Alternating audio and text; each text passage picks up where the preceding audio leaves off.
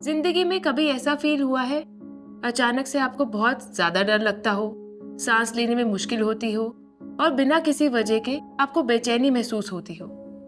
ये panic attack के लक्षण हो सकते हैं।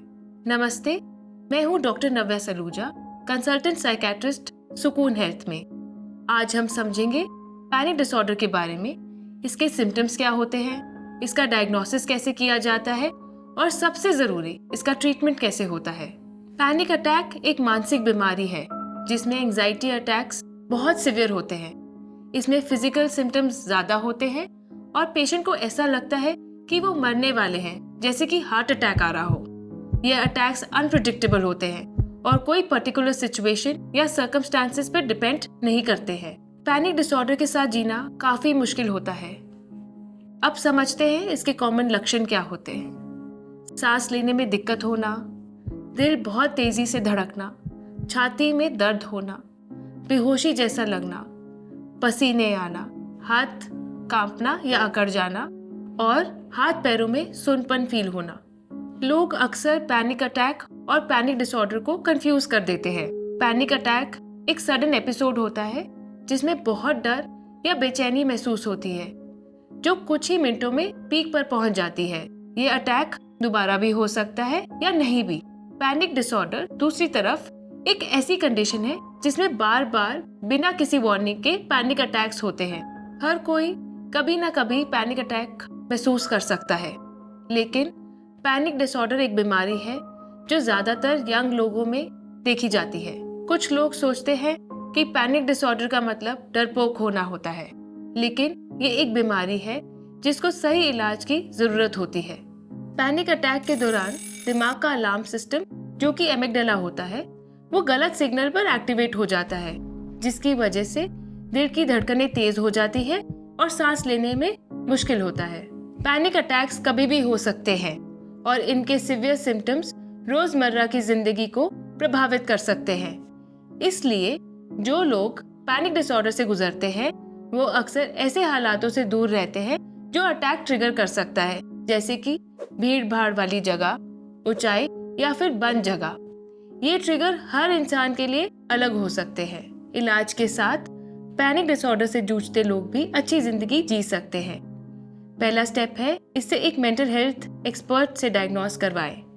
डायग्नोसिस करने के लिए मेंटल हेल्थ प्रोफेशनल आपके सिम्टम्स, आपकी हिस्ट्री और पोटेंशियल ट्रिगर्स के बारे में डिटेल में बात करेंगे। पैनिक डिसऑर्डर डायग्नोस करने के लिए 2 क्राइटेरिया होते हैं। पहला, आपको बार बार बिना किसी चेतावनी के पैनिक अटैक्स होते रहना। दूसरा, अगर ये अटैक्स 1 महीने से ज्यादा आते हैं और आपके बिहेवियर्स में बदलाव दिखते हैं। सच ये है कि पैनिक डिसऑर्डर किसी को भी हो सकता है, चाहे उम्र, जेंडर या बैकग्राउंड कुछ भी हो, लेकिन कुछ कारण आपके रिस्क को बढ़ा सकते हैं, जैसे कि family history of anxiety disorder, जिंदगी के तनाव और बड़े बदलाव। पैनिक डिसऑर्डर का एग्जैक्ट कारण अभी साफ नहीं है, लेकिन जेनेटिक्स, तनाव और ब्रेन केमिकल्स का प्रभाव होता है। ब्रेन में कुछ केमिकल्स जैसे कि सेरोटोनिन, नॉरएपिनेफ्रिन और डोपामिन मूड और एंजाइटी को कंट्रोल करते हैं। अगर ये केमिकल्स बैलेंस नहीं होते या स्ट्रेस रिस्पॉन्स ज्यादा एक्टिव होता है तो पैनिक अटैक्स और पैनिक डिसऑर्डर हो सकता है। अगर हम पैनिक डिसऑर्डर का ट्रीटमेंट ना करवाएं तो सीवियर डिप्रेशन, फोबिया और जनरलाइज्ड एंजाइटी के चांसेस बढ़ जाते हैं। आपको एक मेंटल हेल्थ प्रोफेशनल को कंसल्ट करना चाहिए। पैनिक डिसऑर्डर का इलाज मेडिसिन और थेरेपी के द्वारा किया जाता है। आपकी दवाई क्या होगी और थेरेपी क्या होगी वो आपके डॉक्टर डिसाइड करेंगे। अगर आपको गंभीर पैनिक अटैक्स अक्सर हो रहे हैं तो प्रोफेशनल हेल्प लेना बहुत जरूरी है। जल्दी इलाज करवाने से बीमारी को हम बढ़ने से रोक सकते हैं। बहुत लोगों को समझ नहीं आता कि पैनिक अटैक के दौरान किसी को देखकर क्या करना चाहिए। ये कुछ चीजें हैं जो आप कर सकते हैं।